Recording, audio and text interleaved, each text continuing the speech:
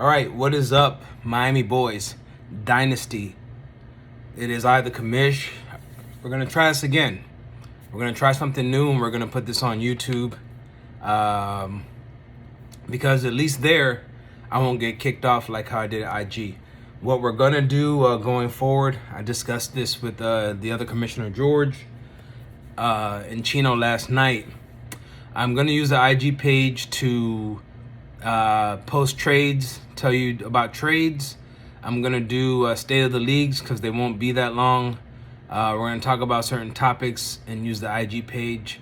Any other long video that I need to make, I'm gonna place it on the YouTube page. When I get done with this video, I will send you guys the link, and that'll give you the link to the page. Subscribe to the page because longer videos are gonna be put there. And also for meeting platforms and for discussions that you guys want to have and I want to get out to you guys, I'm going to put it on the Miami Boyz Zoom page, which I've talked to a couple guys about already. So those are the platforms that I will be using throughout the year to not only try to grow this channel, but also to be a little bit more informative. And as time goes on, as you can see, my ghetto setup will be a little bit better, but we're just starting off in this. As each year we've grown and grown. So what I'm going to do right now, I'm going to talk about the Miami Boyz ADG Dynasty startup. It was a great time with you guys drafting. We got it done in 3 days. We got the league set up and going in around 6, almost 7 days. So first and foremost, I want to thank you guys for that. Thank you for being a part of this, trusting myself and George to bring you a great product, which I think that we will do. And as time goes on, should you guys want to, you'll see that we can grow this league and institute certain things that'll make this league one of the best dynasty leagues that I think that you'll be a part of.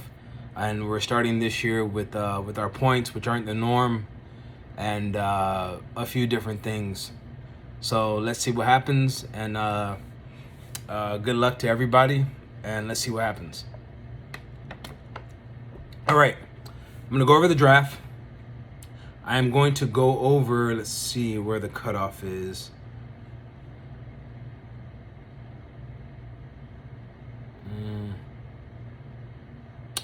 We're gonna cut off at 25. We're gonna cut off at 25. 10 starters, 10 bench players, and then 5 throw-ins. Pretty much the meat and potatoes. As you guys know, this is a dynasty. You own these teams. You are the owners of these teams. You guys are keeping these teams. After this year, next year is just, and the years after that is just 4 rounds of rookie drafts. 4 rounds of rookie drafts. So keep that in mind. Keep in mind how valuable your picks are.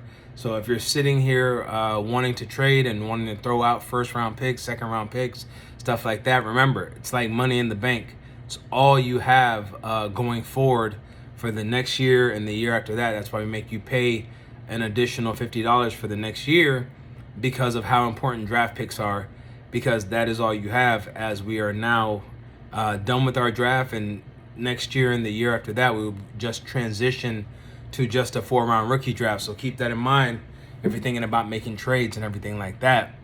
I'm going to go round by round, and then at the end of it, I will go overall and I will grade your teams. It's just something I do as Commish for fun. I will not be talking about my team, as of course, when you're talking about your own team, you can be a little bit biased. So I will be talking about the other 9 members in this league, and I will leave myself out. And I'll leave that for you guys. If you guys want to judge my team or grade my team, you can, but I'll be talking about the other 9 guys. So let's go ahead and let's start it off. First round, first pick, Patty Mahomes. Of course, in other dynasty leagues, the consensus number 1 is Christian McCaffrey, but this is the Miami Boyz, like it says in the back. This is an NBL dynasty league. And we do things a little bit different here. And based on the points, quarterbacks eat in this draft. So Teddy, with the first pick, took Patrick Mahomes. Can't fault you for that. Is going to be in Kansas City for the next 10 years. Consensus number 1, in my opinion. Great way to start at the draft. Sean, number 2, no surprise here, Josh Allen. Josh Allen is not only the QB1 for his team, but he's also the RB1 for his team. Hell of a year last year. Can't be mad at that pick. Great way to start the foundation. Chino. Canes Gang, 305. Kyler Murray. I call him Sonic. I had Sonic last year. He did wonders. He can only get better now that the team has added weapons around him. I expect him to have a great year, and he's still young. So as long as he decides to not play baseball and quit the NFL, I think it's a great way to start your team.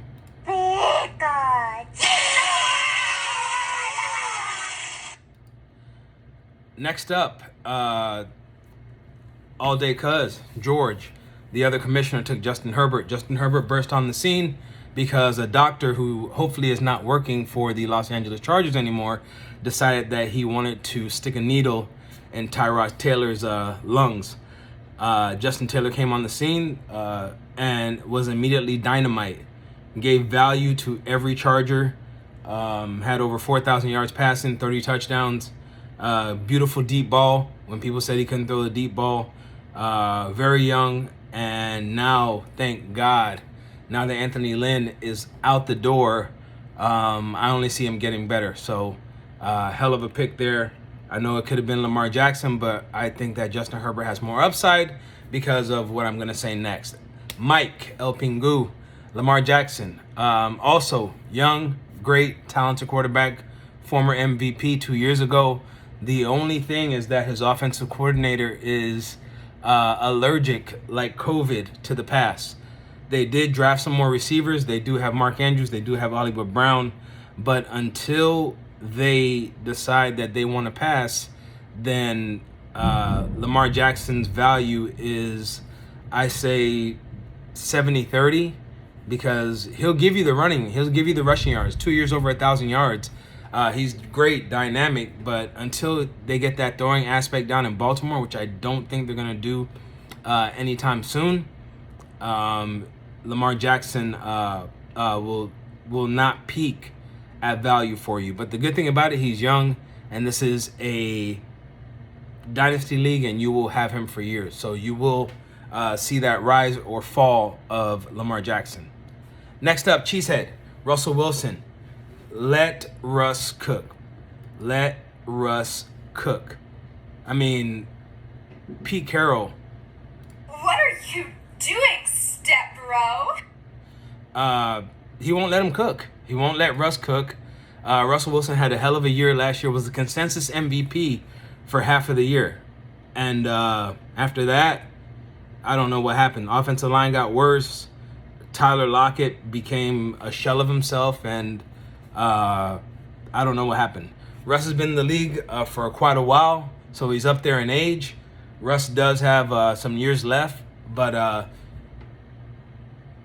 Russ runs when he has to, but unless Pete Carroll makes him cook, it was a little bit of a reach there for Russell Wilson. But if he does let him cook, then you might be good to go.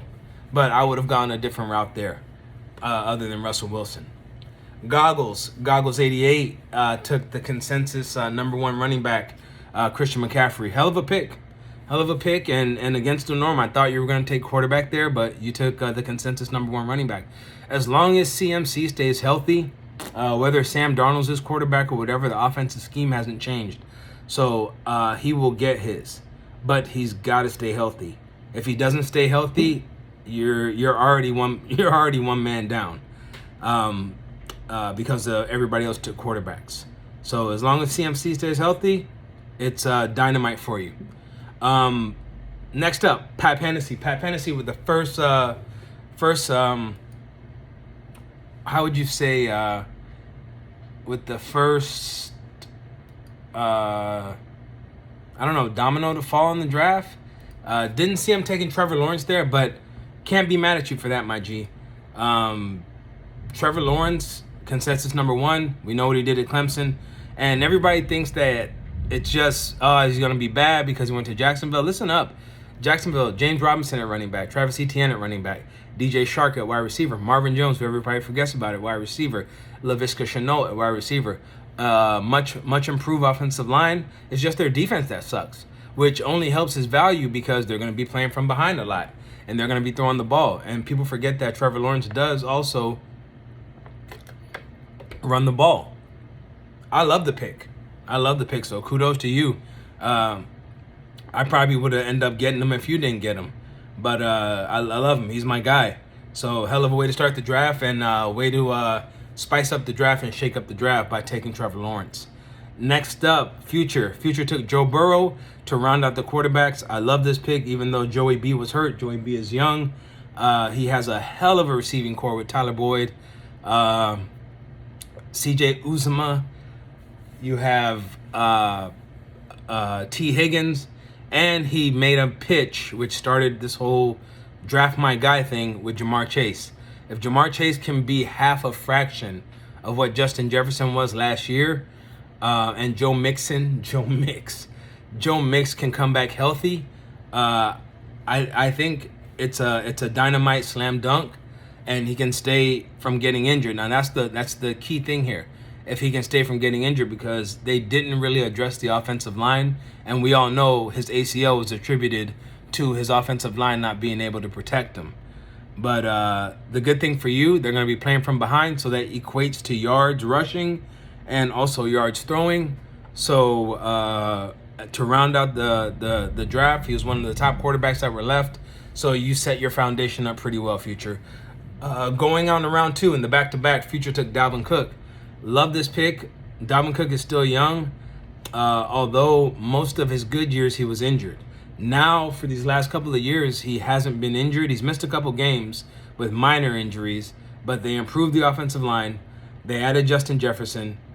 Irv Smith is finally by himself now, and they have Adam Thielen. They can't stack 9 in the box against this guy. Hell of a receiver out of the backfield. I have no problems with this pick. But if Dalvin Cook gets hurt, you are going to be in trouble. You are going to be in trouble if he does get hurt. So knock on wood, hopefully he doesn't get hurt. Next up, Pat Hennessy says, you know what? Fuck these running backs. I'm going with the fastest man in the NFL. Takes Tyreek Hill. I have no problem with that. Tyreek Hill still young. Went from being just a kick returner to now one of the top 5 receivers in the NFL. He's got Patty Mahomes throwing to him. He's got Travis Kelce. He's got Clyde Edwards-Helaire. And on top of that, no one can catch Cheetah when Cheetah is on. So even though you skip running back at this point, have no problems with you taking Cheetah there. Next up, Goggles. Goggles takes Alvin Kamara. Saints lost Drew Brees. Drew Brees retired. We don't know what they're going to do at quarterback, but we know one thing they will do is run. Alvin Kamara runs and catches the ball out of the backfield, and can't be mad at you at that, because running backs do set the foundation. So way to be different and get your guy. Also, have to add on, just like how I add on to everybody else, Alvin Kamara does get injured. Hopefully he does not get injured, because if he does, then you're in deep stuff. But if Alvin Kamara can stay healthy, it's a great way to start setup of your team. Next up, Cheesehead, Derrick Henry. Love Derrick Henry, 6'3", 235. A lot of people think that Derrick Henry's old, but Derrick Henry really didn't start getting used till 2 years ago. So I really don't count those other years, because they, for whatever reason, they didn't run him in Tennessee. And now he's consensus #1 back. And not mad at you for starting out with Derrick Henry. Let's see what happens. Doesn't get injured. Brick shithouse. And love the pick. Next up, Mike, Saquon Barkley. Saquon Barkley, love the guy. One of my favorite players in the league. Tore his MCL, ACL last year. But the guy is the Terminator. I've seen him cut. I've seen him run on it, run in sand, run in water, everything like that. Plus, he looks like he put on a good 10 pounds. If he cannot get hurt and he comes back to what he was 2 years ago, this is a hell of a pick in the second round. And also the team upgraded Danny Dimes, got a little bit better, but now they gave Danny Dimes weapons and they upgraded the offensive line. You now have Kyle Rudolph, Evan Ingram, Kadarius Toney, Darius Slayton, and Kenny Golladay. They can't stack 9 in the box against this guy. And if they do, he'll catch the ball out the backfield. So love the Saquon Barkley pick. Next up, All Day Cuz. All Day Cuz went with Najee Harris. Was there other value there? Yeah. I just don't like Najee Harris because of what Pittsburgh did to the offensive line. They killed the offensive line. Mark Pouncey retired. Villanueva went to Baltimore. Damani Dawson is off the team, and it's just that. And Najee Harris, don't get me wrong, and I understand why you did the pick for youth, so you will have him for the foreseeable future. But if Pittsburgh doesn't fix that offensive line, then Najee Harris does nothing. Because if they can't protect Ben, he'll just be a bona fide blocker, and Big Ben will revert to what they were last year when they lost their undefeated streak, and they'll throw 60 times a game. But for the foreseeable future, Najee Harris, good pick, but just don't like the offensive line. Canes Gang comes back with Nick Chubb. Love Nick Chubb, but again, as I guess you'll hear me sound like a broken record, if Nick Chubb can avoid injury, hell of a back.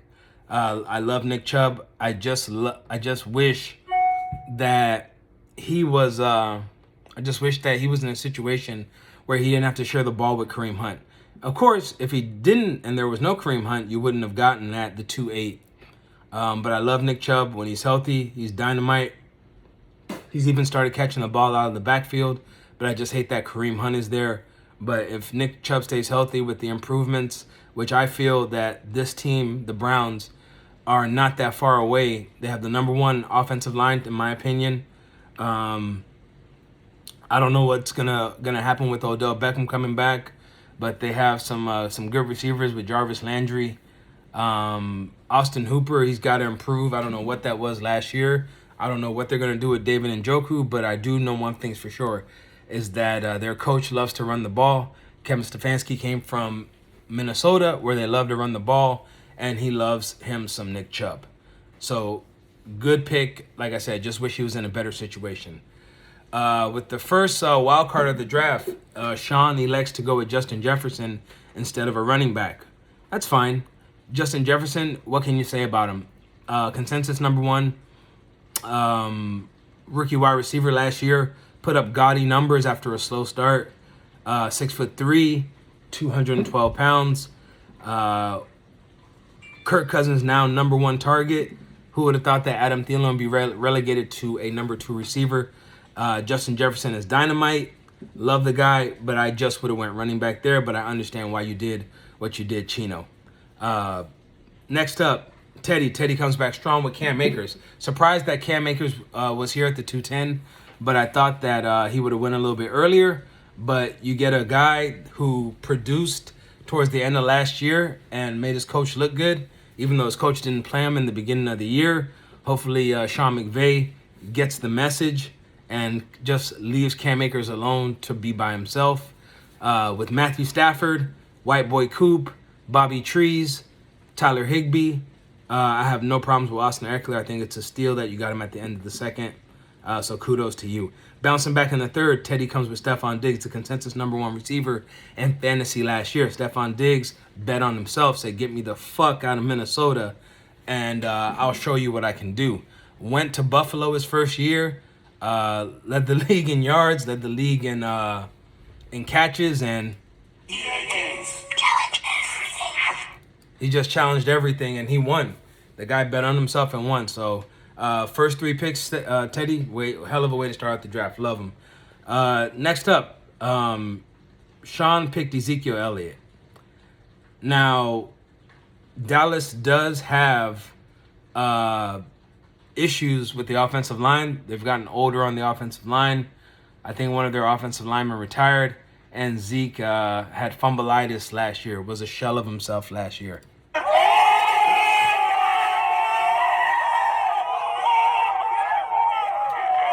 I know I'm not getting on you, but hopefully he can go back to being the Zeke that he was.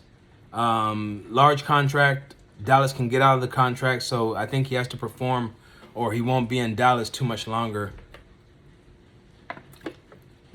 But Zeke says, let me eat. So we got to trust in Zeke to let me eat.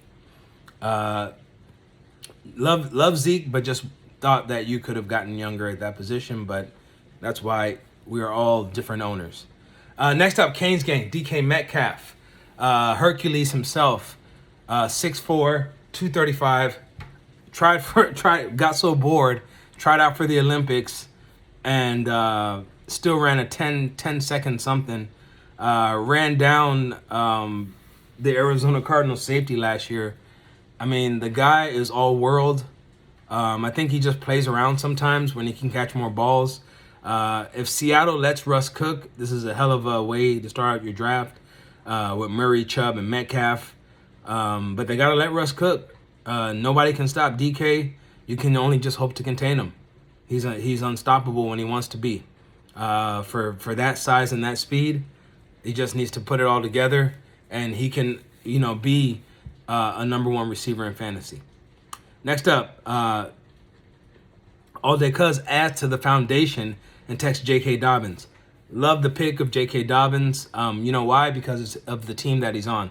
Although it's like a 70-30 split with Gus the Bus and Lamar Jackson. J.K. Dobbins, the Ravens, excuse me, they're gonna run, and we know that. We know that without a shadow of a doubt. They're gonna run, and now no Mark Ingram. This guy's gonna get the ball. Hell of a pick. Love J.K. Dobbins. Next up, Mike. DeAndre Swift.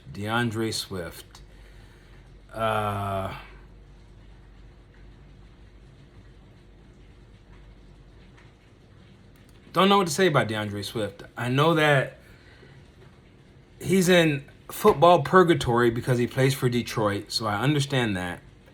But, I mean, I don't think it helps his cause that Jamal Williams went there. And it also doesn't help his cause because of Anthony Lynn. Anthony Lynn is a horrible coach, and now he's DeAndre Swift's running back coach.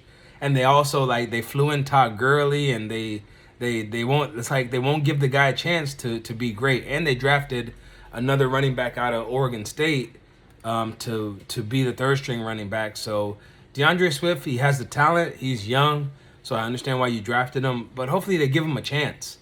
I don't know if they will. I think it'll be a 50-50 split between him and Williams, but there was other talent that you could have gotten there, but I understand why you went DeAndre Swift. Next up, Cheesehead. Cheesehead takes D-Hop. D-Hop, can't say anything bad about D-Hop. He's in the offense where they throw a lot with Kyler Murray. They added A.J. Green. They added the other receiver to take the slot. Christian Kirk is still there, but we all know that DeAndre Hopkins equals reliability, and he doesn't get hurt. He catches everything. He'll get you 100 catches, over 1,000 yards, 8 touchdowns. I have nothing wrong to say about that pick. Next up, Goggles. Goggles says, fuck you guys. And Goggles goes with Travis Kelce. Travis Kelce is the consensus number one tight end in fantasy. I wouldn't have gone tight end there, but I'm not Goggles. So he takes Travis Kelce, and we know that what that's going to get you. He wanted to shore up his tight end position early. He takes Travis Kelce at 3-7. Patty Mahomes is his quarterback. See what I said about Tyreek Hill. Travis Kelce, pretty much good to go. But the thing about it is, how many more years does he have left to give you? Next up, Pap Hennessy, Aaron Jones. And this is going to be, again, I don't want to sound like a broken record, but you're going to hear me say this about all Green Bay players. Where in the world is Aaron Rodgers? We know he's in Hawaii. Is he gonna retire? Is he gonna just say F it and host Jeopardy? We don't know what he's gonna do. But if he's there, Aaron Jones, great pick. Just re-signed. Jamal Williams is out of there. And he's finally gonna get his with the catches, and he's not gonna, I had him last year. He's not going to be used 70% like he was last year if Aaron Rodgers comes back. If Aaron Rodgers doesn't come back and they go to Jordan Love, for that to be your first running back, I don't know. But Aaron Jones, we know what he brings to the table when they allow him to play. decent pick if Rodgers is there. Not so decent if Jordan Love plays. Next up, future Josh Jacobs. But what are Mike Mayock and what is John Gruden doing? I just don't understand it. I would have loved this pick, but for the fact that they signed Kenyon Drake, I don't love this pick. I think that you could have got better value at this pick, but he'll be splitting the carries 50-50 with Kenyon Drake. I just don't trust the Raiders. I hope this pick works out for you, but I feel like you could have probably gotten somebody with less headache at this position in the third round. Coming right back around, love your fourth round pick, 4-1, take Kyle Pitts, the generational talent. I wanted the Dolphins to get him, but Atlanta wasn't letting that go. They love him so much they let Julio go. Kyle Pitts is a 6'6" target monster that will get targets in Atlanta. He will be a beast. I have no problems with this pick as a tight end because I believe he's a tight end / wide receiver. And I think that he gets around 70 catches and probably wins Rookie of the Year with around 8 to 10 touchdowns. So I love the Kyle Pitts pick. Next up, Pat Hennessy says, you know what, Ramon? I don't want you to repeat yourself. So he drafts Devontae Adams. Rewind on what I said about Aaron Jones. Aaron Rodgers is there. Hell of a pick. And Devontae's in a contract year. Jordan Love is there. Take Devontae down about 3, 4, 5 notches.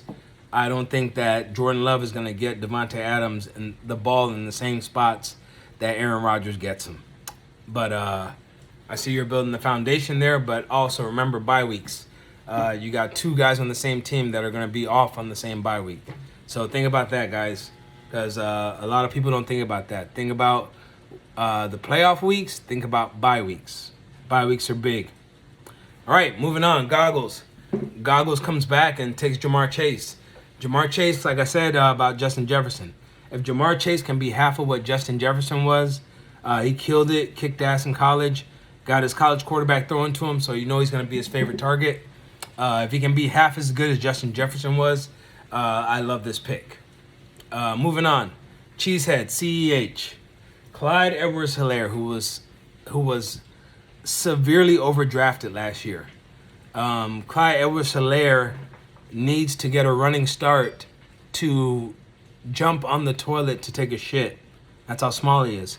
Clyde Edwards-Helaire had 10 chances to run it in from the 1 and could not get in. I think he got in once, or if not anything.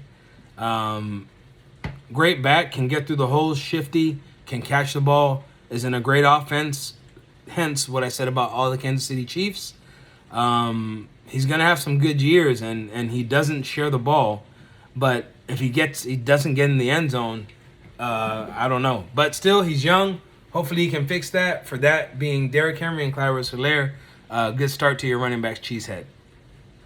Next up, Mike. Mike is taking care of his running backs, wants to shore up the wide receiver spot, takes Terrence McLaurin. Terry McLaurin. I love Terry McLaurin. Terry McLaurin came out of nowhere and made a name for himself out of Ohio State. But my only thing with him and the football team is, who's his quarterback? I think he's going to ball out this year with Fitzmagic throwing him the ball.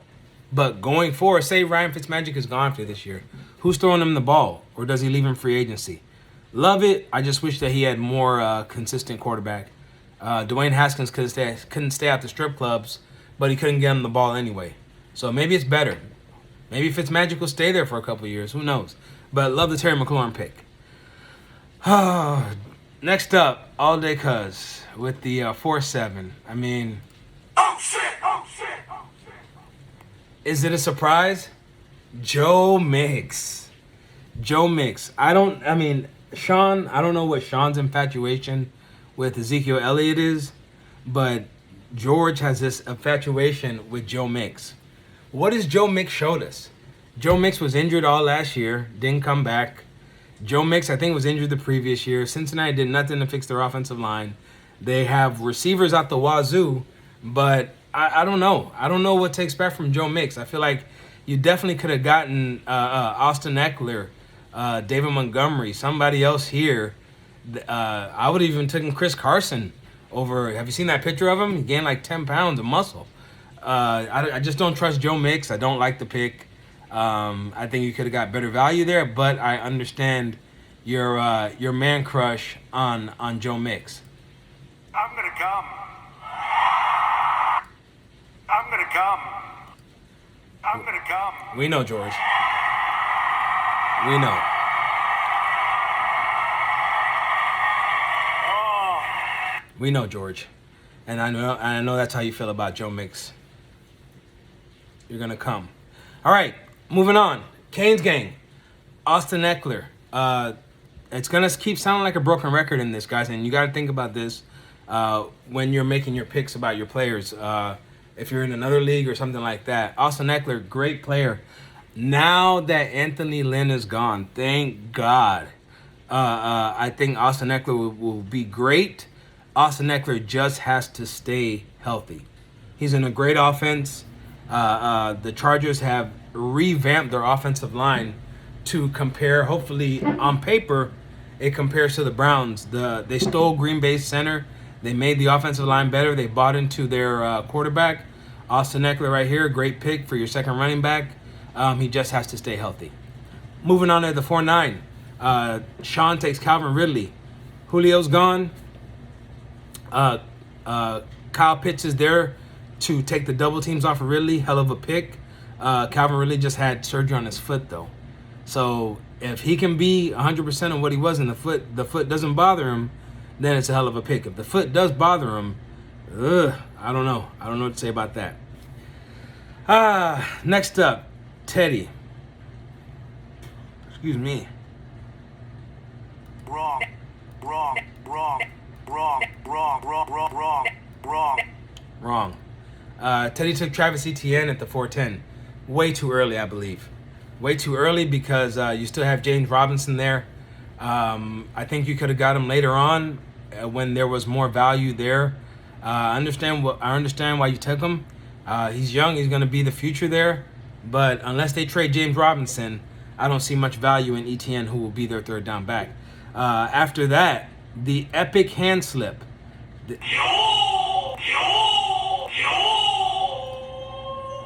The epic hand slip, Miles Sanders. Miles Sanders, I don't know what the names of the hospitals are in Philly, but Miles Sanders should have his own hospital named after him because that's how much time he spends at hospitals because he can't stay healthy. He can't catch the ball down the field. And lastly, why I don't like Miles Sanders is that there's, I think, 8 running backs in Philly that they have to get playing time to. So not only can their coach not answer a question, I don't know what's going on in the depth chart, and I don't know how the offense is going to look. Don't give me any Philly players not named Devontae Smith or Jalen Hurts. But Miles Sanders just ain't it. You could have got better value there. But we all know that was a hand slip. Next up, Sean comes back at the 5-2 with a guy who helped people win their fantasy leagues last year, who went on a tear last year, and that is Monty, David Montgomery. Do I love David Montgomery? Yes. Do I hate the system that he's in? Yes. People don't forget. People do forget on when Monty went on his tear last year and he was having like 100 yards every game and he was also scoring a touchdown every game. Matt Nagy had given up the play calling, right? There was no Tariq Cohen. There was no other running backs there but Monty. And he showed that he can do the job by himself. So what does this coach do? Because he can't fucking help himself. Matt Nagy and Ryan Pace, the general manager, on a make or break year, Matt Nagy says, you know what? Yeah, we're going to reach up for quarterback, get Justin Fields. But I am so fucking selfish and I am such an egomaniac that I'm going to go back to calling the plays. So for me, it puts Monty as irrelevant if Matt Nagy's going to call the plays, he doesn't know how to use them. And on top of that, they drafted a running back, and Tariq Cohen is coming back. I know Monty seems like good value there. Maybe it works out for you, Sean, but I would have went with somebody else. If you know anything about football, or if you monitor, which Fantasy Makes You does, monitor every single team, not just your home team, not just the team that you love, but it makes you monitor all teams. And what Ryan Pace and Matt Nagy are doing there, I expect both of them to put it bluntly. I just expect both of them to be fired after this year. Hopefully, I expect both of them to be fired, them to start over, and maybe the next coach will give Monty a fair shake. But with Tariq Cohen coming back, I see a 50-50 split with Tariq Cohen. And once Justin Fields starts, I see them throwing the ball more. I hate the David Montgomery pick here. Next up, Kane's Gang. Kane's Gang comes back for your second receiver, CeeDee Lamb. CeeDee Lamb was on pace to go on a hell of a run last year before Rain Dakota Prescott got injured and broke his ankle. He was relegated to Andy Dalton, who couldn't do anything, so his stats suffered because of it. Rain Dakota Prescott is back this year with a brand new ankle, and I think CeeDee Lamb is a giant sleeper, so hell of a pick for your second receiver. Love CeeDee Lamb. Love him, love him, love him. Next up, All Day Cuz. All Day Cuz says, you know what? I don't need no receivers because I know running back is the foundation. So he takes Javonte Williams. A lot of you might think it's a reach. I don't think it's a reach because I expect Javonte Williams to take over for Melvin Gordon, I would say fifth or 6th game. But we all know what they did in Denver. We all know what they did with their last 3 running backs. I think that Javonte Williams will do a 50-50 split with Melvin Gordon starting off. And once he proves that he's the better back, I think that he will take over from Melvin Gordon. So I love the Javonte Williams pick here. Next up, El Pingu, Mike, Chris Carson. Pete Carroll can't help himself. I think it's going to be the same this year just like it was last year. He's going to let Russ cook for a little bit, but then he's going to go back to running the ball. I don't know what state that the offensive line is in, but I know Chris Carson, as long as he doesn't get injured, is a reliable back. So for him to be your third back, I'm not mad at you. He just has to stay healthy. And now with added value that he catches the ball out of the backfield, love the Chris Carson pick. Cheesehead says, you know what? Got my 2 running backs, got 1 receiver, got 1 quarterback. Let me get the number 2 consensus tight end in the NFL and George Kittle. I love George Kittle. Got injured last year. I think he's back better than ever. Running tight end U with Travis Kelce. Depending on who's his quarterback, Jimmy G or Trey Lance. Trey Lance is going to need a security blanket, and George Kittle is going to get his. He's a tough SOB, and he's Stone Cold Kittle. So love the George Kittle pick. Next up, Goggles. Goggles solidifies the running backs and takes Myles Gaskin. Love the Myles Gaskin pick. As long as he can stay healthy in Miami, catches the ball, runs the ball, would have had even better numbers had he not gotten injured and also not gotten COVID. So as long as he can do and stay away from those 2 things there, hopefully he's vaccinated. Goggles good running back for your third running back. Pap One Hennessy says, you know what? Don't leave my name out the tight end race. Go ahead and give me Darren Waller. What a lot of people don't realize is that now that Nelson Aguilar is gone, Darren Waller is not only the tight end 1, but he is the wide receiver 1 in Oakland. So although you are struggling at running back, Pap, you do have good receivers and you have a tight end that I think will have over 100 catches this year. So love the Darren Waller pick, but I think you're going to find out very, very quickly that running backs run the league. Next up, Future to Kareem Hunt. Go back, rewind in your mind what I said about Nick Chubb. Same way I feel about Kareem Hunt. Kareem Hunt could go ahead and start on anybody's team. Cleveland has him relegated to a 50-50 role with Nick Chubb. So for it to be your third running back, hopefully you got 2 running backs in Josh Jacobs and Kareem Hunt on a 50-50 split. you might have to parlay something to get another running back. But Kareem Hunt does still put up good numbers for somebody who does split time. So think about that going forward. Next up on the back-to-back for future, Keenan Allen. What more can be said about Keenan Allen? One of the, if not the best route runner in the NFL. He's been doing a pretty good job of not getting injured after multiple injuries that were not his fault.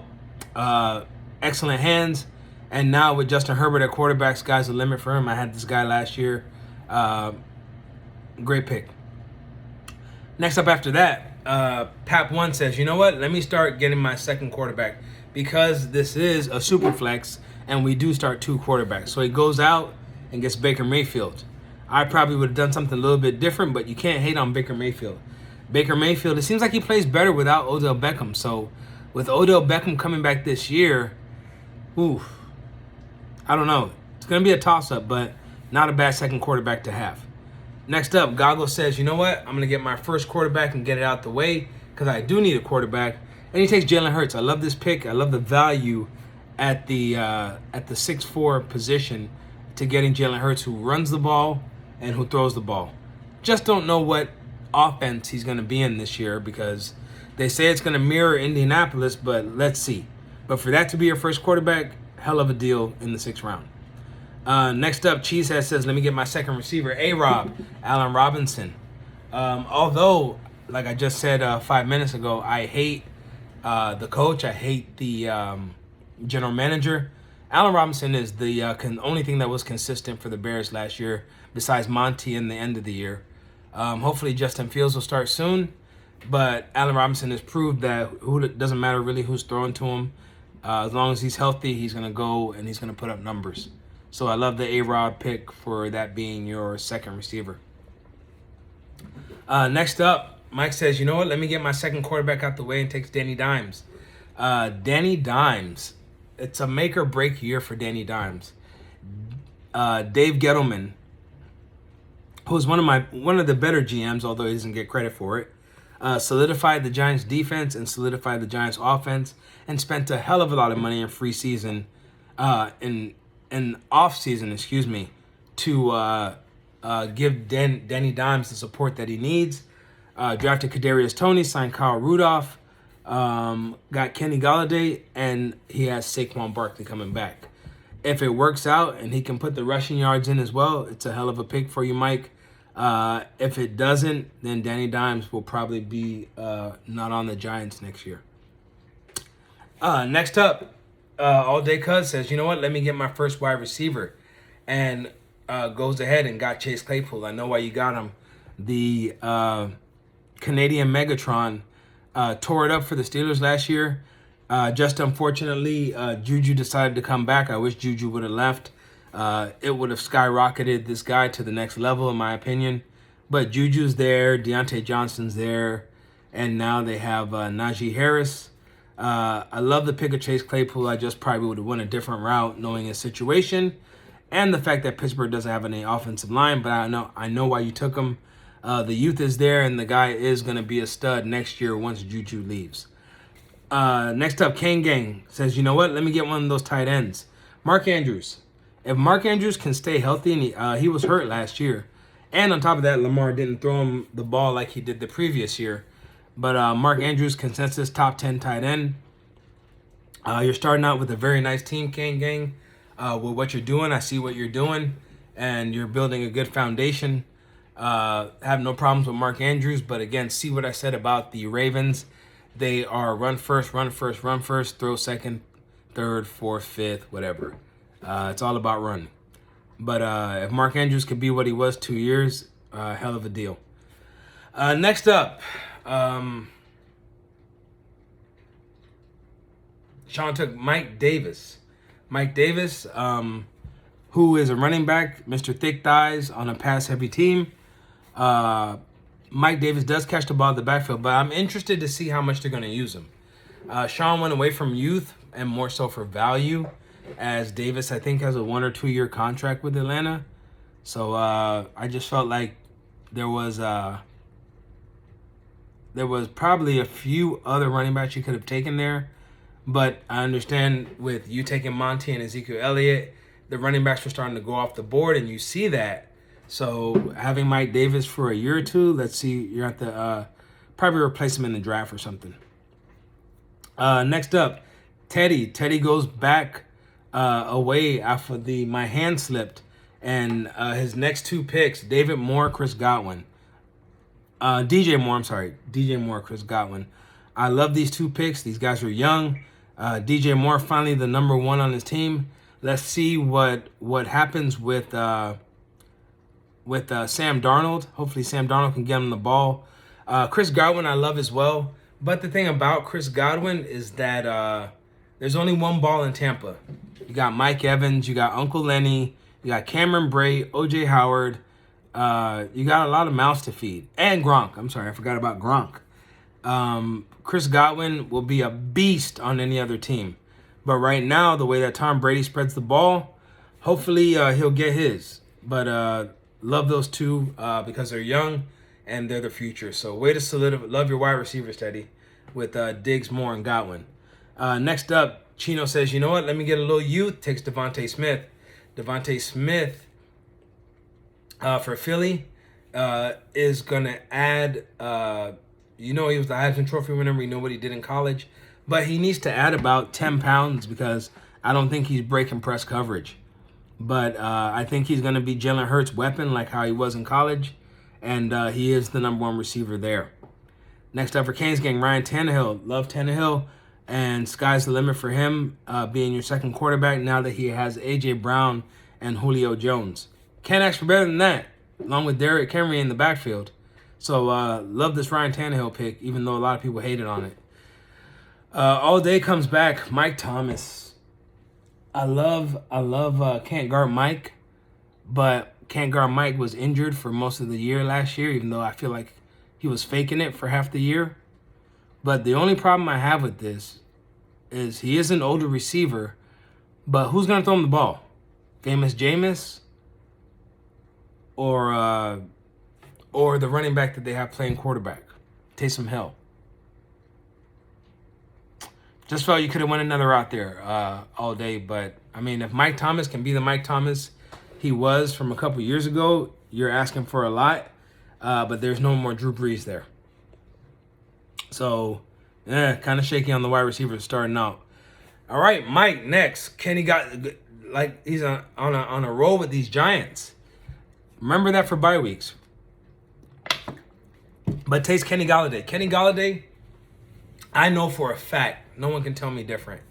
Kenny Golladay played possum, and it hurt a lot of guys last year, but I don't think anything was wrong with him. I just think he wanted out of Detroit.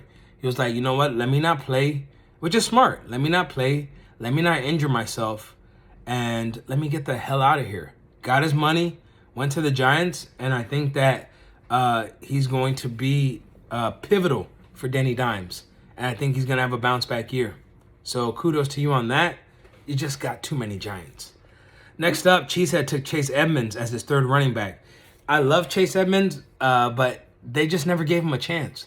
I hope they give him a chance in Arizona. He can catch out the backfield. He can run, but you have to remember something. His quarterback is the RB1. Chase Edmonds is the RB2. So don't look for gaudy numbers, but you can't throw him in your flex spot.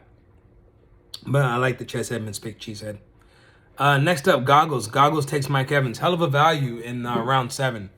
Mr. Touchdown Catcher for Tom Brady. Had a great year last year. Could have been even better. But again, there's only one football in Tampa Bay. So you don't get those Jameis Winston type numbers. But to get him as your second receiver after Jamar Chase in the 7th round, excellent value. Next up for Pat Hennessy, James Robinson. James Robinson won and helped out a lot of fantasy owners last year. Came out of nowhere. Damn sure helped me. Got him off the waiver wire. He probably helped you win a championship. James Robinson is getting fucked by Urban Meyer. He's getting screwed over, and it's just sad to say. Urban Meyer has no loyalty to James Robinson. James Robinson deserves better, and I hope he gets traded to another team. But right now, he is the number 1 in Jacksonville. It just how long does it stay that way for James Robinson? So for that to be your second back, you're kind of shaky on backs there, depending on their situations there, Pap One Hennessy. But I do like James Robinson forever, however long he starts before ETN takes over. Next up, Future comes back with his second receiver in Bobby Trees. Bobby Trees, although a little bit older, he's the model of consistency. He's the model of consistency, and he doesn't get hurt. Can't say nothing wrong about Bobby Trees. After that, Trey Lance. I think Trey Lance will be starting by week 4, week 5, if not starting the season. I've seen some practice film of him. He looks hella good. So he's going to be on your bench for a minute, Future. But once he starts, not a bad second quarterback to have. And he goes into an offense where they have 18 running backs, Brandon Ayuk, Deebo Samuel, George Kittle. So he's going into a decent offense. Trey Lance will be a stud in the future. Next up, Pap One Hennessy.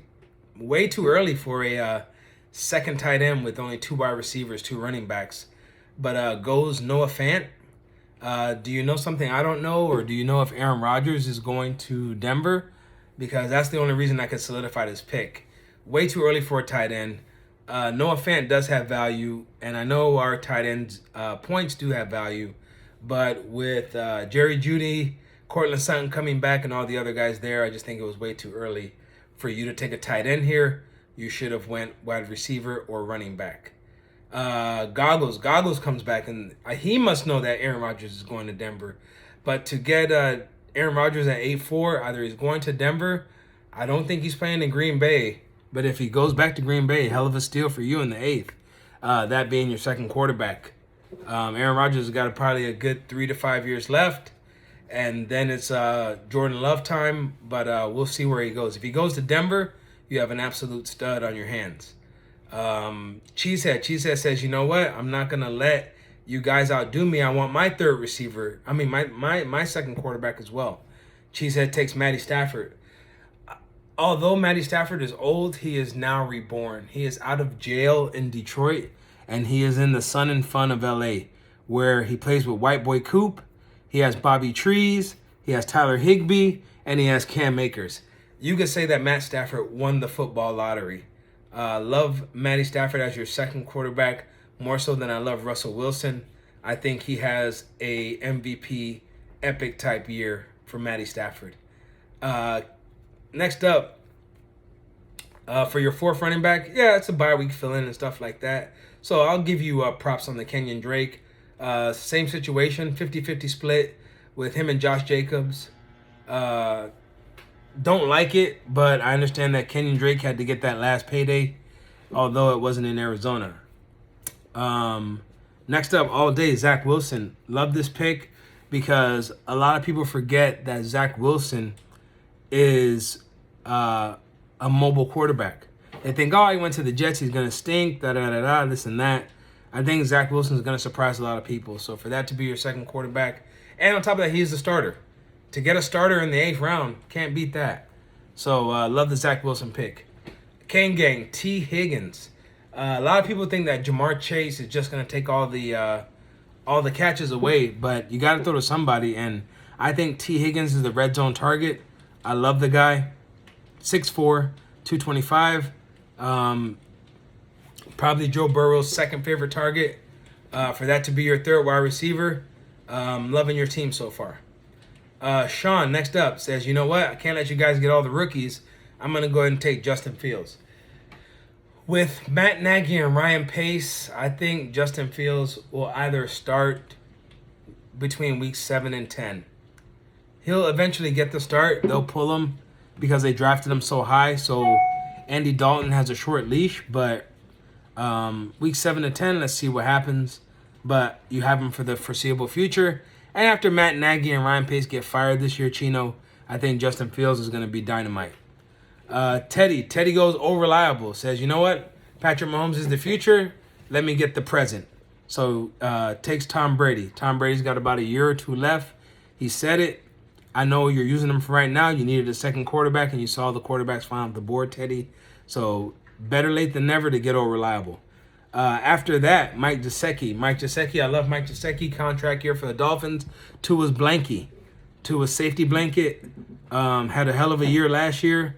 Top 10 tight end. And I expect no less from him this year. So for that to be your first tight end, not a bad tight end to have. Sean.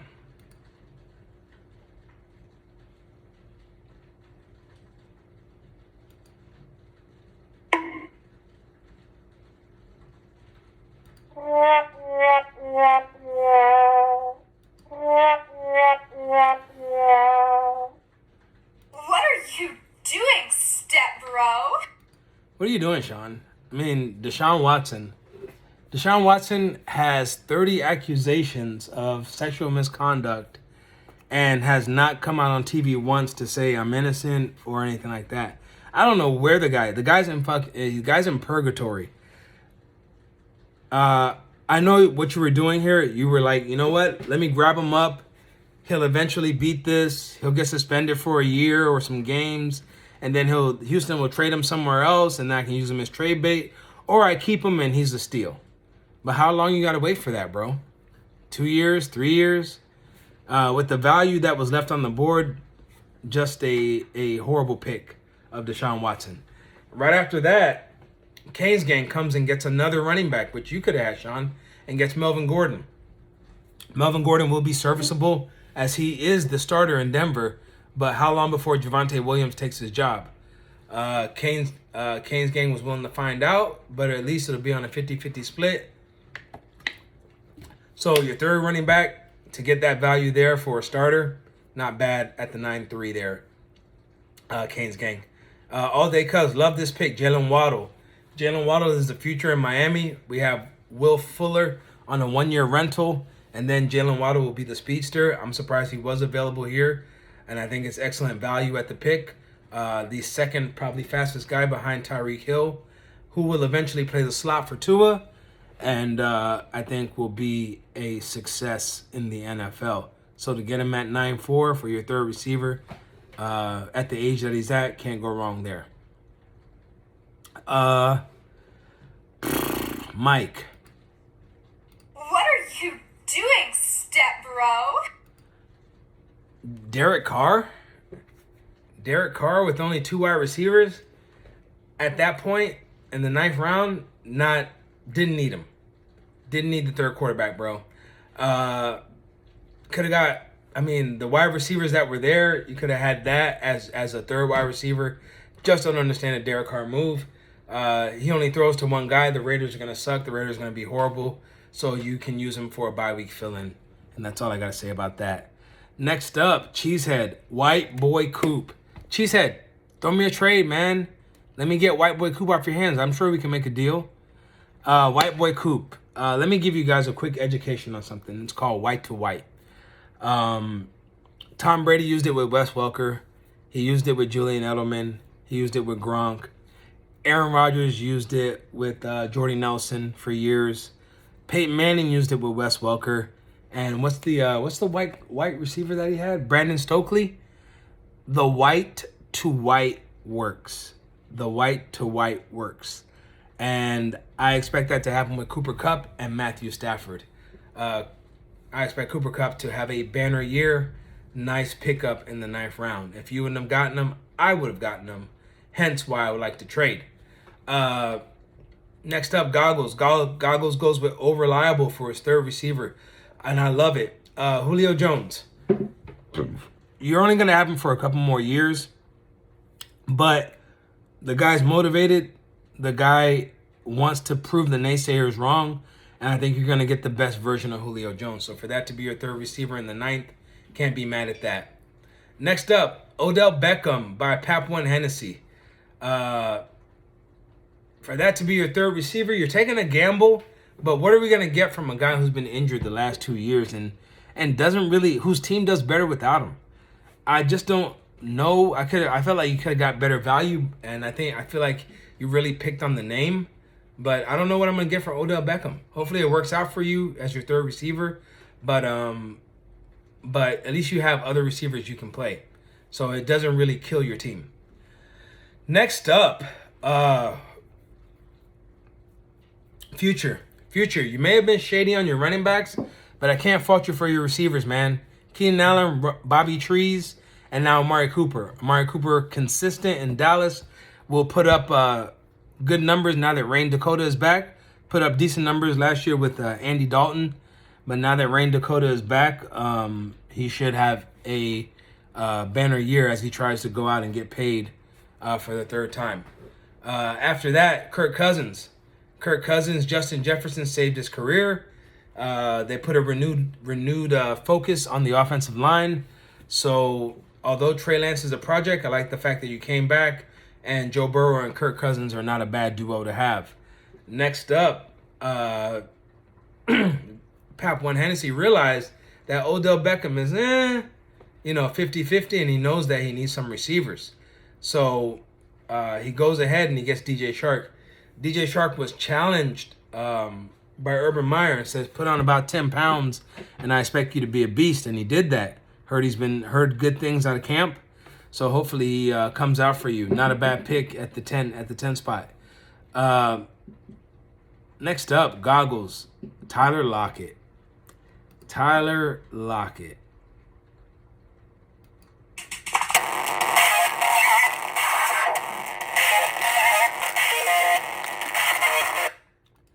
Tyler Lockett is a love-hate player. Tyler Lockett did nothing at the end of the year. Tyler Lockett did nothing at the beginning of the year. And then he has games where he has like 15, 17 catches, 200 yards, and like 3-4 touchdowns like he did against Arizona. And then he disappears. I just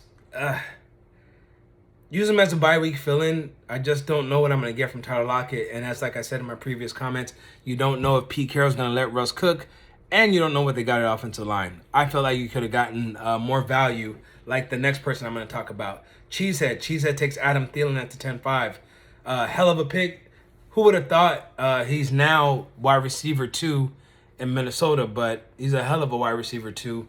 And to add him, the white-to-white connection like I talked about with Adam Thielen and Kirk Cousins, to have Hopkins, Robinson, Kupp, and Thielen, not a bad way to start it out. Next up, my boy Mike. I actually like this pick of Juju Smith-Schuster because he's on one-year contract. He has something to prove, and if he doesn't prove it this year, his career is over because nobody's going to sign him. He's playing for a paycheck, and I expect him to come out guns blazing. I expect him to put down the goddamn phone, stop with the Fortnite and the stupid dances and all the stuff that he does. I mean, Bruh. like, get it together. This is your career on the line. He's definitely not the Juju that played with Antonio Brown, but I would love nothing more than him have a good year and then him to be out of Pittsburgh. Next up, all day cuz Jerry Jeudy. To get Jerry Jeudy at 10-7, I believe he's going to take that next step this year. Last year, growing pains for him, especially if Aaron Rodgers becomes his quarterback. Like we all think, if Aaron Rodgers becomes his quarterback, it's money in the bank. With Drew Lock, I just see a little bit more progression for Jerry Jeudy. But he is young and he will be a stud in the future. Next up, Canes gang, Michael Pittman. Michael Pittman really started to come on at the end of last year, and now can he resurrect the season and resurrect the corpse that is Carson Wentz? I think he can, and I think that they'll be good for each other. He's a more stable, less likely to get hurt Alshon Jeffrey, so I think Carson Wentz is in good hands with Michael Pittman. So after getting DK Metcalf, CeeDee Lamb, T. Higgins, you get young with Michael Pittman and T. Higgins. Love it. Next up, Sean. Sean says, you know what? I don't have a tight end yet. So he gets Dallas Goedert. Dallas Goedert, if he can, for one, stay healthy, and number two, not get knocked out in bars with his glass jaw, I think that he'd be a hell of a top 10 tight end. I think he could finish as a top 10 tight end, especially with Jalen Hurts and there not being a lot of other receivers in Philly. He had hell of a good games last year, but injuries kept him, So I really thought you would have went Big Bob Tanya in there, but I understand the value that was there. Hopefully he can stay from getting hurt. Teddy realizing he only has 3 backs, goes ahead and takes Uncle Lenny, who's in that 50-50 split with Rojo. I don't know how Giovanni Bernard is going to play in the picture, but Uncle Lenny had a hell of a year last year. And to be played in your flex or cover for bye weeks and stuff like that, I'm not mad at that. Comes back with Robbie Anderson, 2 Carolina receivers. Don't know about that there, Theodore, but Robbie Anderson, contract year, make or break.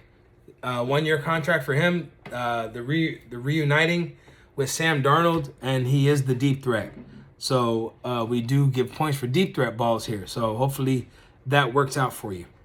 Chino, realizing that he only has 3 running backs that are old, decides to go young and gets Michael Carter. I expect Michael Carter, barring an injury to Tevin Coleman, I expect him to get the 3rd down work and then work himself in as the starter by I'm a gambling man, 6th or 7th game. I expect him to be the starter for the Jets, and pretty good going forward. So finally, a pick that I love for you, Chino. Next up, Canes Gang, Debo Samuel, excuse me. I'm half and half on this pick. Love Debo, love his toughness, love what they do with him in the San Francisco offense. He just can't stay from getting hurt. You could have got better value at this pick, Canes Gang.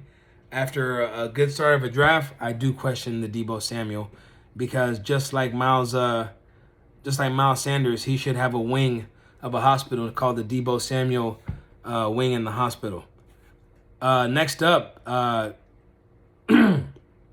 All Day Cuz realizes that he needs a tight end.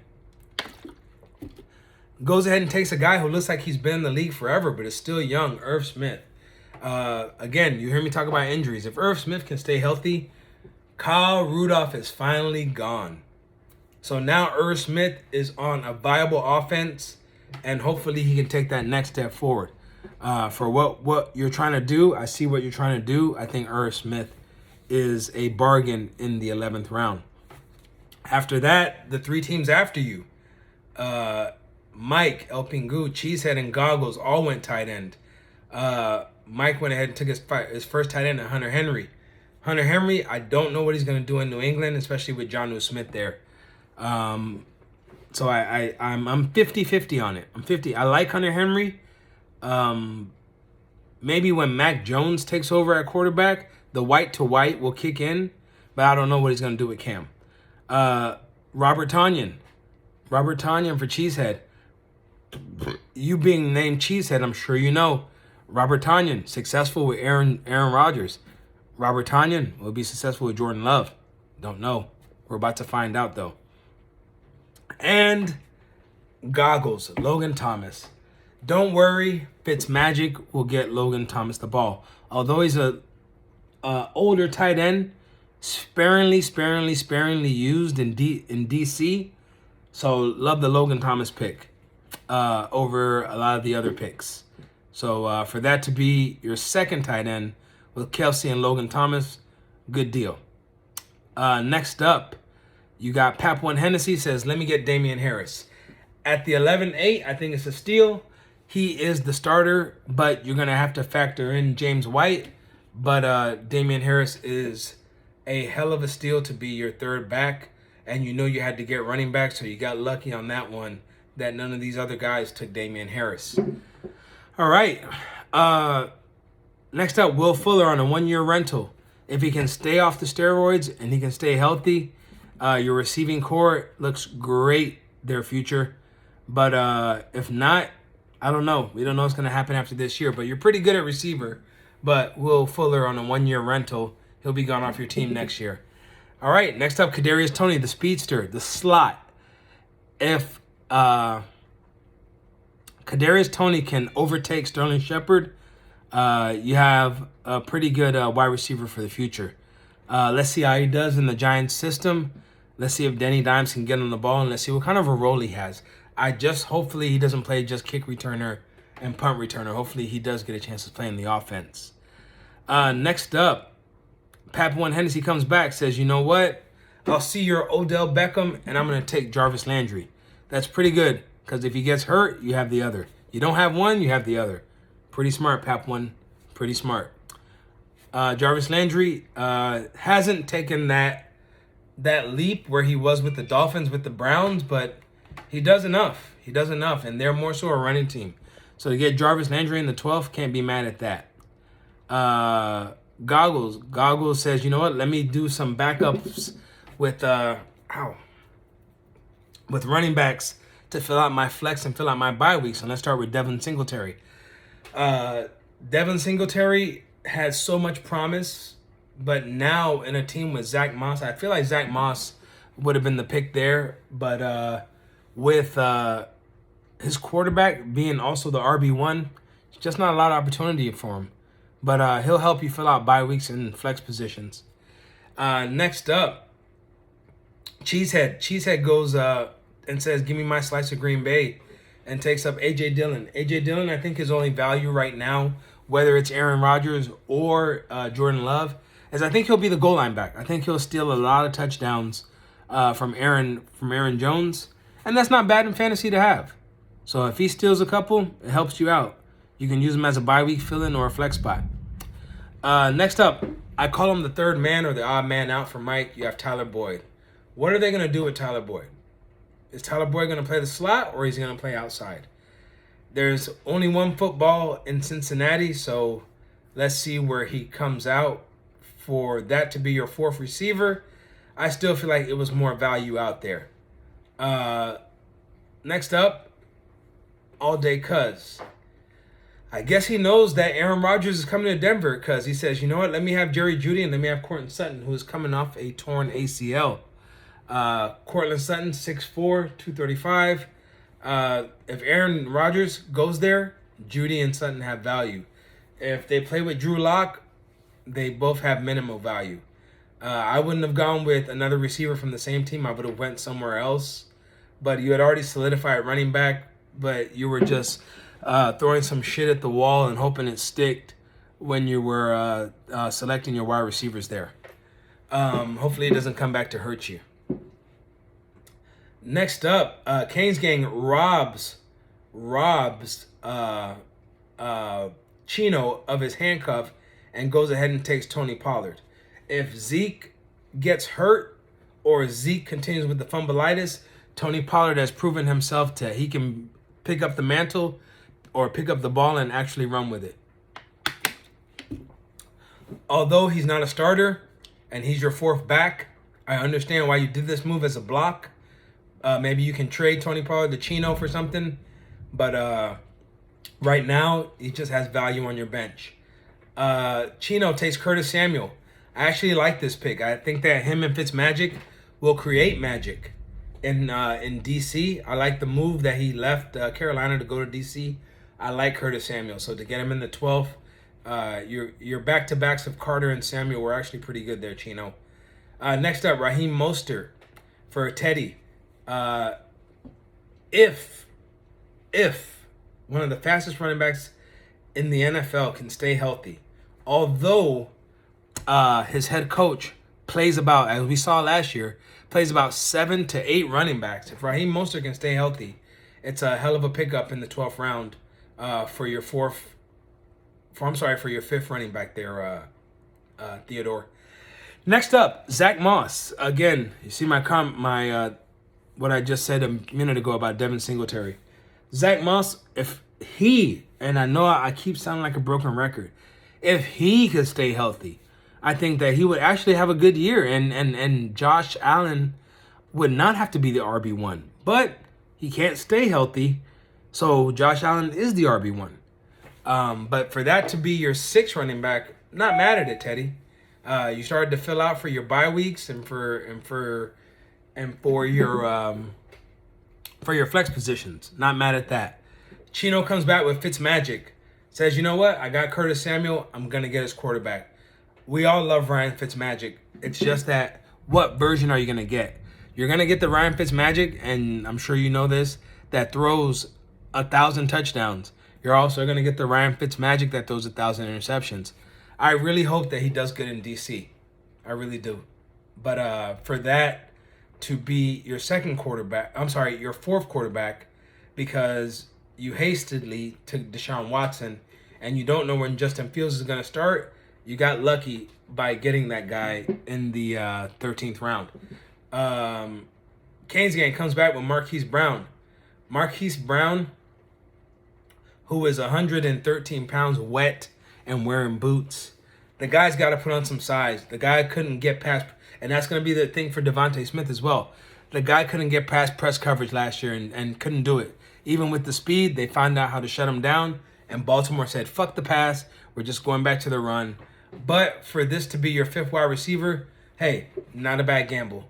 He is the fastest on the team, and Lamar knows how to get him the ball. Next up, for George, Sam Darnold. Sam Darnold is on a comeback tour and on a revenge tour. For that to be your third quarterback, not mad at it, because he is a starter and he has weapons, along with Christian McCaffrey in Carolina. So you got to round it out. Got to have a quarterback to cover bye weeks. Sam Darnold, not a bad one to have there, George. Next up, Mike. Mike is just throwing gum at the wall at this point and takes Nyheim Hines. Nyheim Hines, with the addition of Marlon Mack coming back, I don't know how much he's going to play. You got Jonathan Taylor, you got Marlon Mack, you got Nyheim Hines. If they bring him in on third down, I mean, Jonathan Taylor proved he can catch last year. If they bring Nyheim Hines in on third down, he has some value on bye weeks. But other than that, you don't really have too much with Nyheim Hines. You could have gotten better value there, which I'll talk about in a minute. Cheesehead said, you know what? I'm going to start 3 tight ends. And he goes ahead and he takes Tyler Higbee.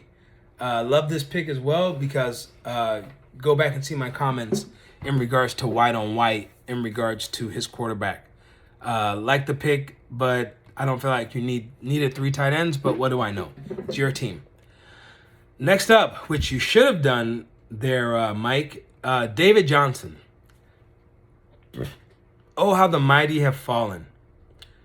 Good old David Johnson, 13th round draft pick when he was 3 years ago. Was it 3 years ago or was it 4 years ago? Correct me if I'm wrong, George. The consensus number 1 pick in fantasy. I think it was 4 years ago. The consensus number 1 pick in fantasy. Todd Gurley out the league. David Johnson getting picked in the 13th round. Wow. For that to be your 5th running back, Goggles, got to give you props.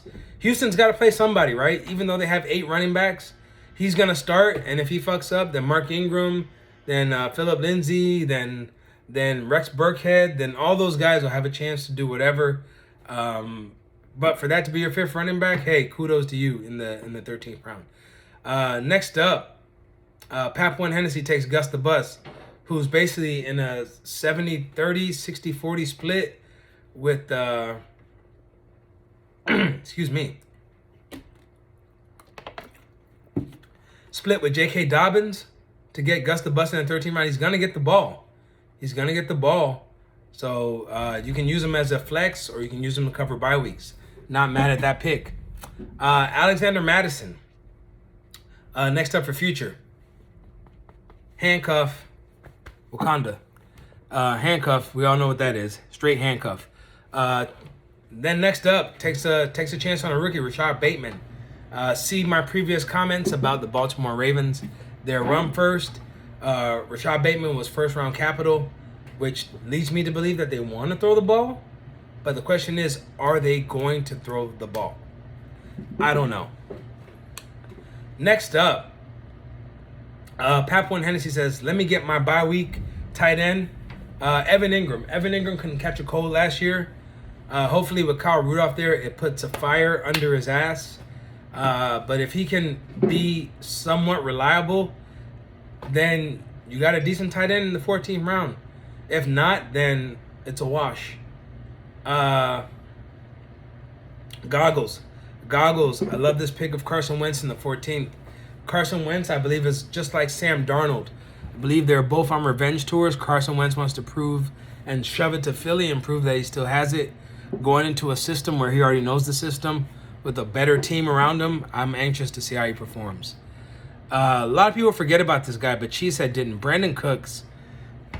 The quarterback that I don't know who he is, but whoever's going to take over for Deshaun Watson has to have somebody to throw to. And Brandon Cooks is the number one on that team now that Will Fuller's gone. So for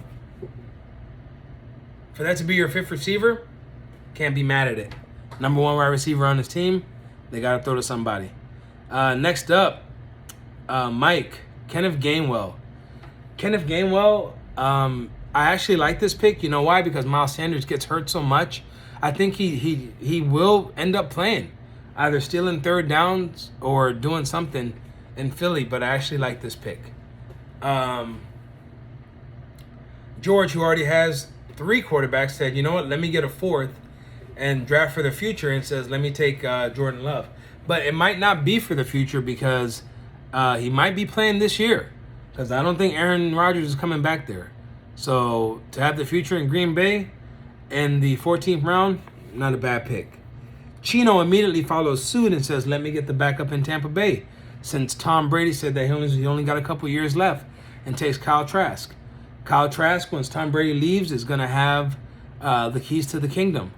And let's see if all the pieces are there for him to succeed in Tampa Bay. Teddy says, you know what? Chino. Chino says, you know what? Got 1 O reliable.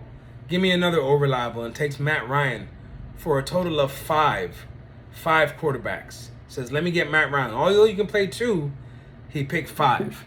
Says, let me go O reliable Matty Ice. And Matty Ice is going to be throwing to Kyle Pitts, and he's going to be throwing to Calvin Ridley a lot. So maybe he wants to double dip with Calvin Ridley and Matty Ice. Teddy, immediately after that, takes Jared Goff.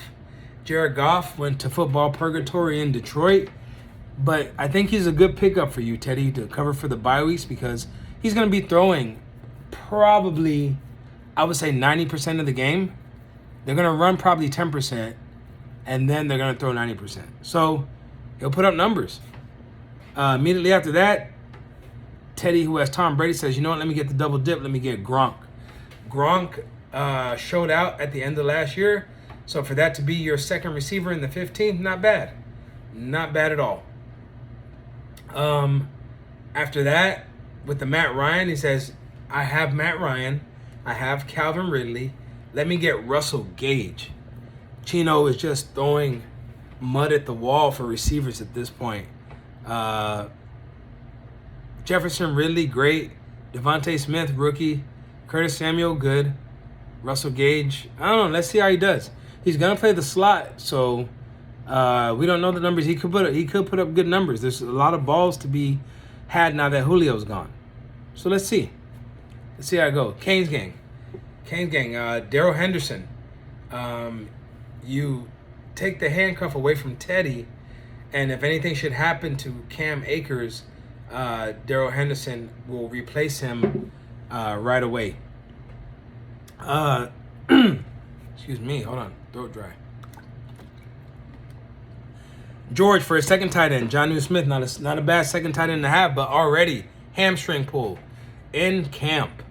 Jonnu Smith, don't know what he's gonna do with Cam Newton, don't know what he's gonna do with Mac Jones.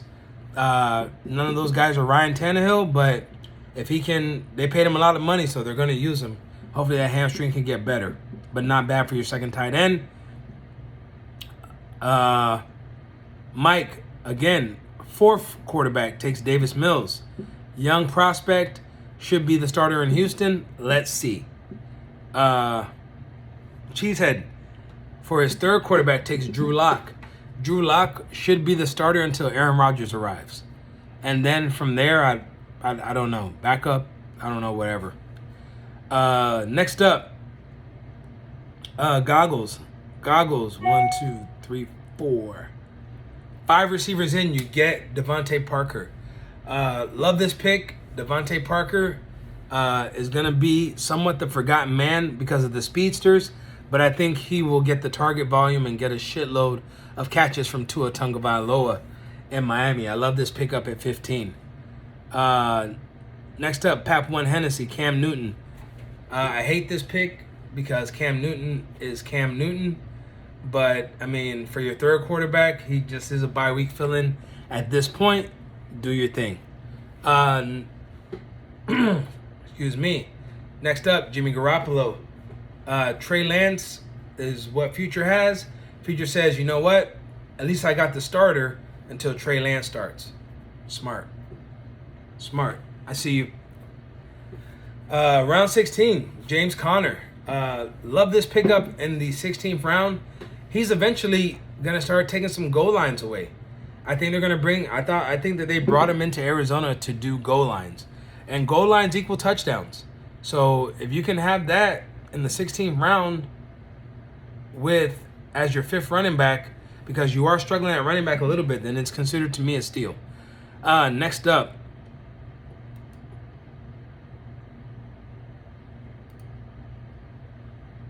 Rondale Moore. Rondale Moore for Papel and Hennessy. Rondale Moore is here to basically take Christian Kirk's spot and run the slot and take playing time away from Andy Isabella. He's on a great team that's throwing.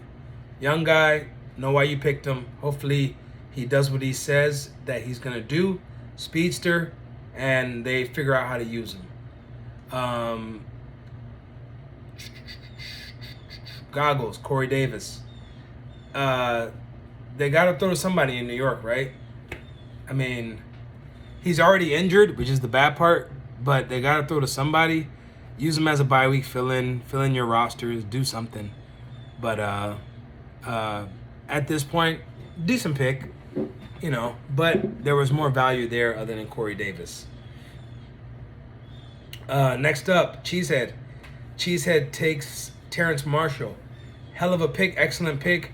With Robbie Anderson on a 1-year deal, Terrence Marshall can learn the offense and then be an immediate starter in your future. Love the pick.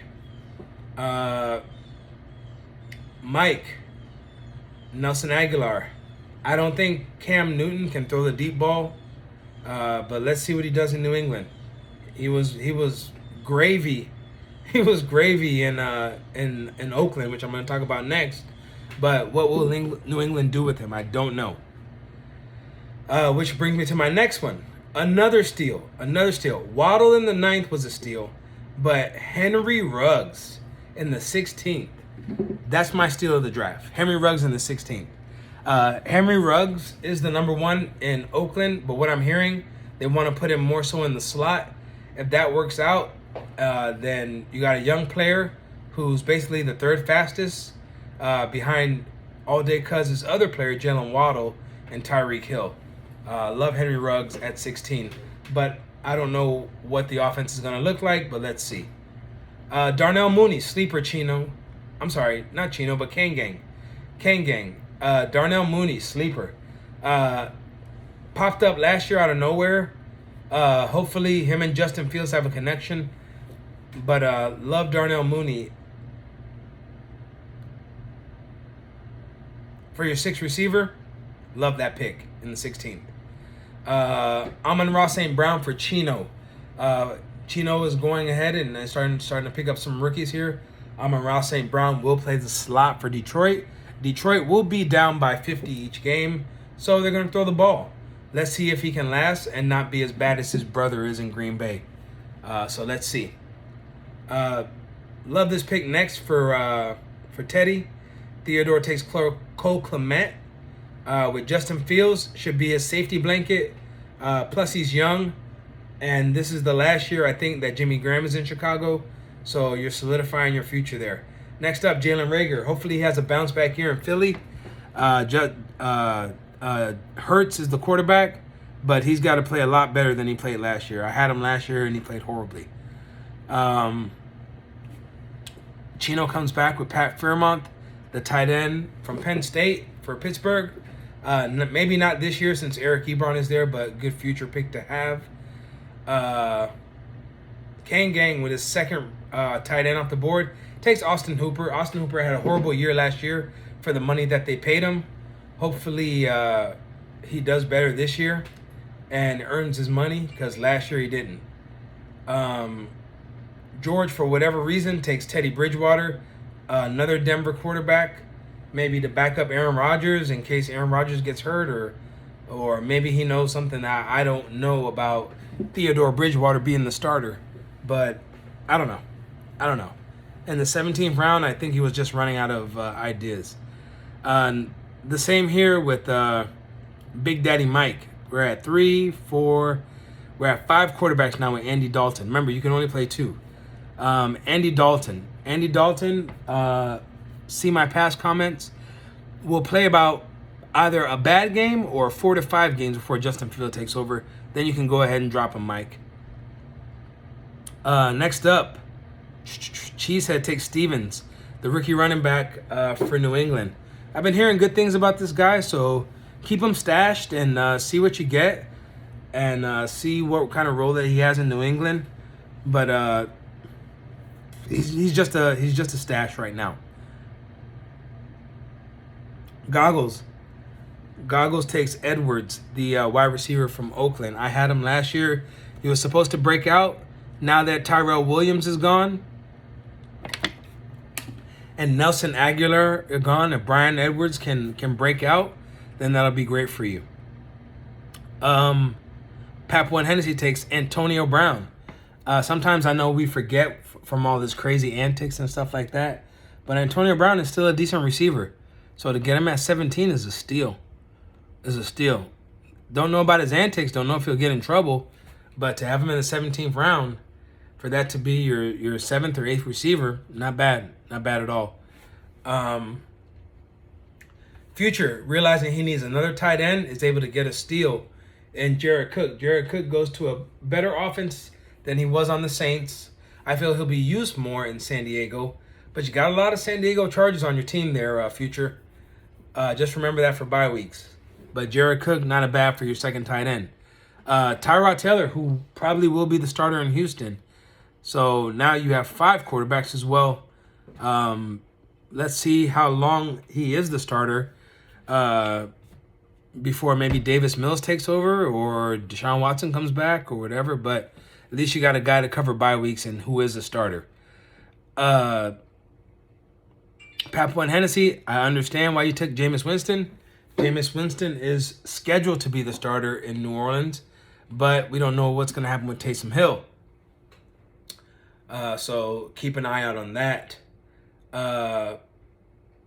Goggles is filling out his young wide receiver roster by taking Amari Rodgers, who will play the slot in Green Bay. We just don't know who his quarterback is going to be. But good young receiver coming out of Clemson that you can use for the future. Taysom Hill. Cheesehead takes Taysom Hill, who is basically the running back playing quarterback. Don't know what's going to happen. Excuse me. In New Orleans, but either Pap One is right or Cheesehead is right. One of these guys is going to be the starter, and one is going to be droppable. Next up, Nico Collins for Houston. Houston lost Will Fuller. They replaced him with Nico Collins, good young rookie out of Michigan. To get him in the 18th round, Mike, is pretty good. Hopefully he can get playing time right away in Houston. Next up for All Day Cuz, again, probably could have got better value here, but Mike Williams. It's a make or break season for Mike Williams. Mike Williams is in the last year of his rookie contract, and I know he's going to be looking for a payday. Let's see what happens. He too also should have a wing at the hospital named after him on how much time that he spent there. Kane Gang, Mecole Hardman. After that, Mecole Hardman. Love the Mecole Hardman pick because I think eventually he will break out for Kansas City. If he doesn't, then you can just drop him. But to get him in the 18th round and him being your 7th, 8th receiver, not bad at all. Chino, knowing that he needed running backs after only having 4, it's like playing spades. He had 4 and he's throwing out possibles. So he's gonna start with Latavius Murray, who has excellent value if Alvin Kamara gets hurt, but really doesn't have much value if Alvin Kamara does not get hurt. Teddy taking a chance on Reliable. Basically, I understand what this is. It's a bye week fill-in, taking T.Y. Hilton, hoping for that last little bit of magic with Carson Wentz. It's a bye week filler. Let's see what happens. Do love the next pick for you, though. Do love getting Jamal Williams in the 19th. Again, Detroit's going to be playing from behind, and I think they're going to have a 50-50 split with DeAndre Swift and Jamal Williams. So to get him in the 19th as your 7th back, not bad at all, Teddy. Not bad at all. Next up, Chino takes Tariq Cohen. Might as well play him and David Montgomery at the same time, Chino. I mean, that's all I got to say about that. You know how I feel about the Bears. Don't need to talk about the Bears. Next up, for Kane's gang, Philip Lindsay. Philip Lindsay is the 1B to David Johnson. I'm sorry. I think he'll be the 1B to David Johnson's 1A, or he'll be the 1C to Mark Ingram and David Johnson's 1A, 1B.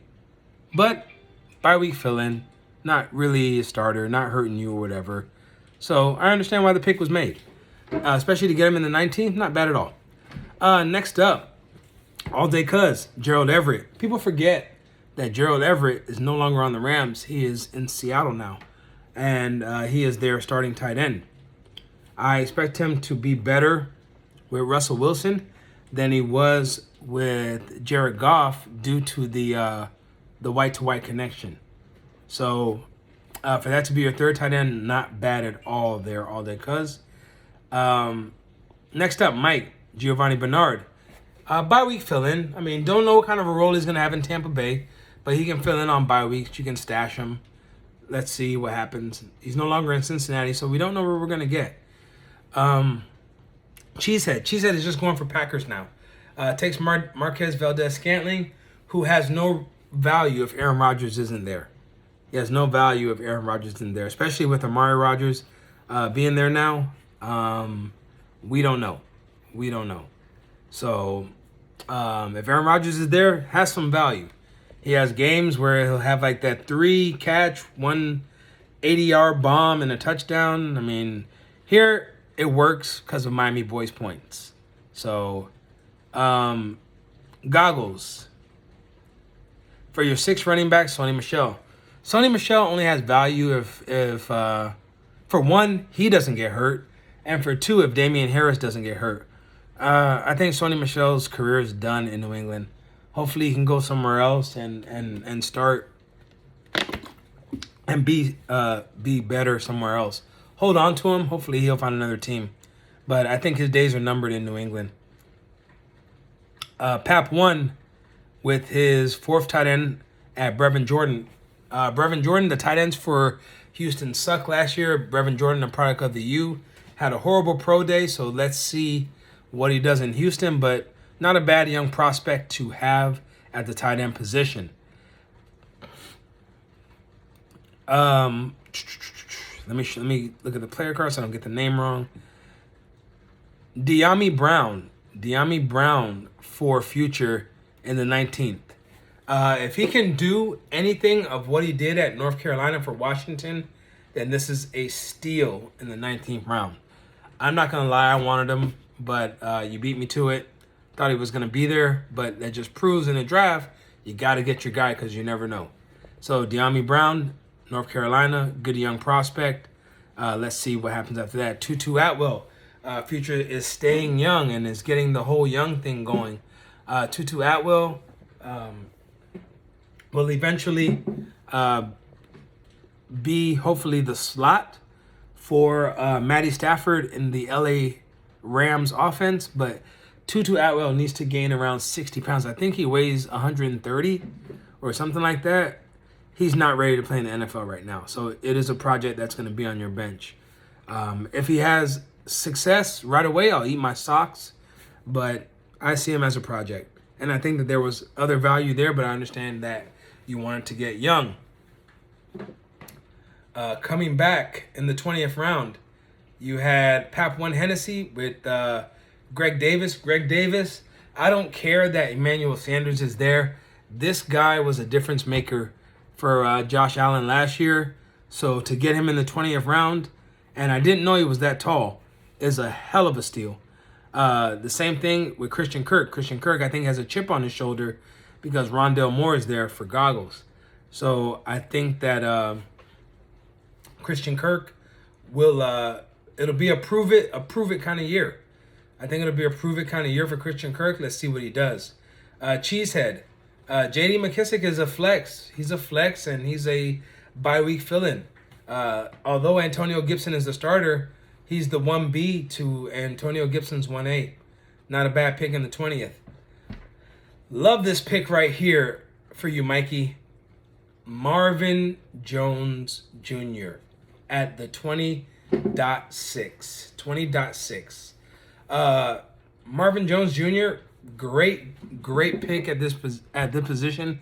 I feel he's the forgotten man in football, and I believe he's going to be the forgotten man in Jacksonville. And I think he's going to have a surprisingly good year. So keep your excuse me, losing my voice.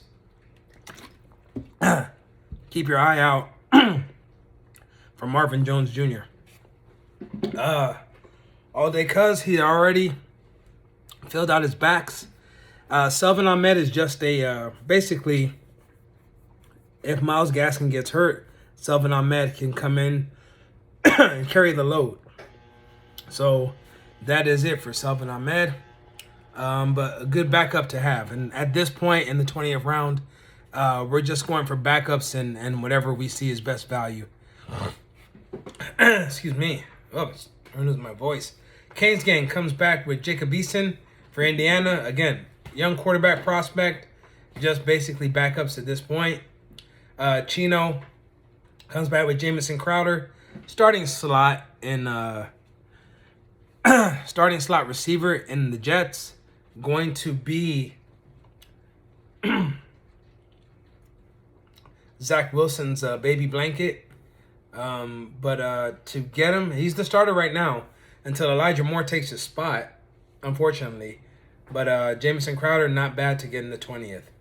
And rounding out the 20th, Jacoby Brissett. Tua has to get hurt. Jacoby Brissett step in. He has a lot of weapons, but basically you're reaching at that point. Mason Rudolph. Last round, Mason Rudolph. Big Ben will be gone. Mason Rudolph will take over. So good young quarterback prospect to have for you, Teddy. Chino, this is actually one of your better picks that I like. 21, Zach Ertz. I don't know why he isn't gone yet, but Zach Ertz will get traded somewhere, and Zach Ertz will have a chip on his shoulder and want to show people that they were wrong. Canes Gang. Mims, the wide receiver for the New York Jets.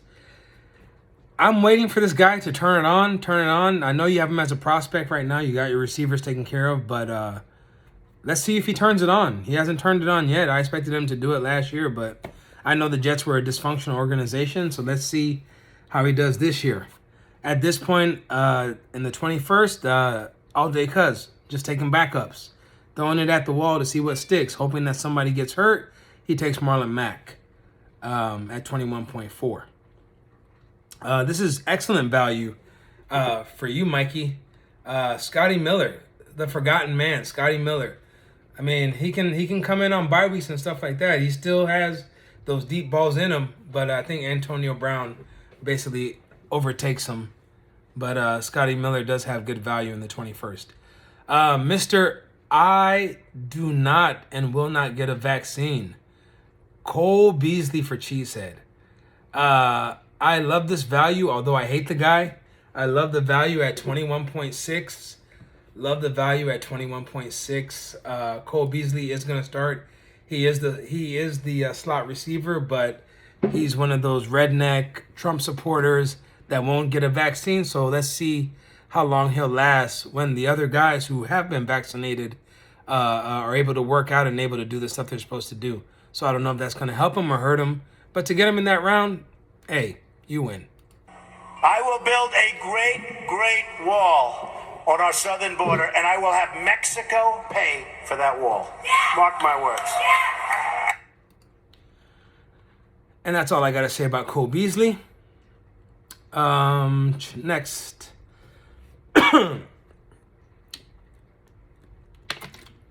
Goggles takes Todd Gurley.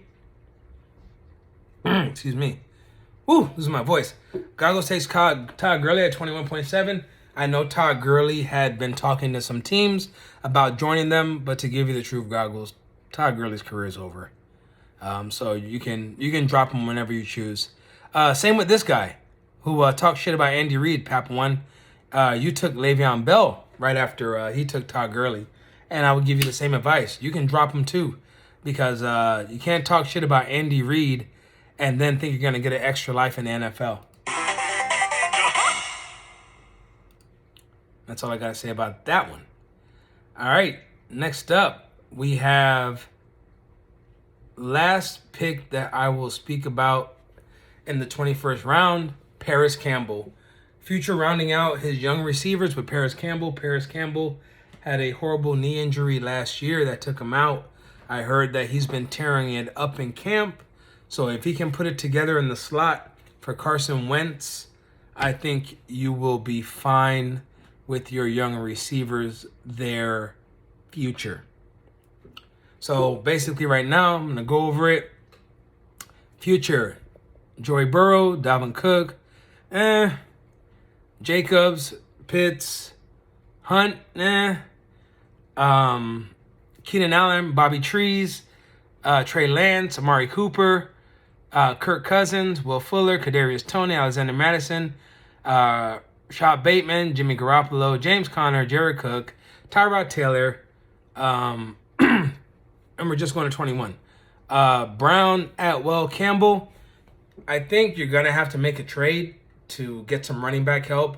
But overall, your receivers are pretty good. You got Trey Lance, you got Kirk Cousins. Overall, B- for your team.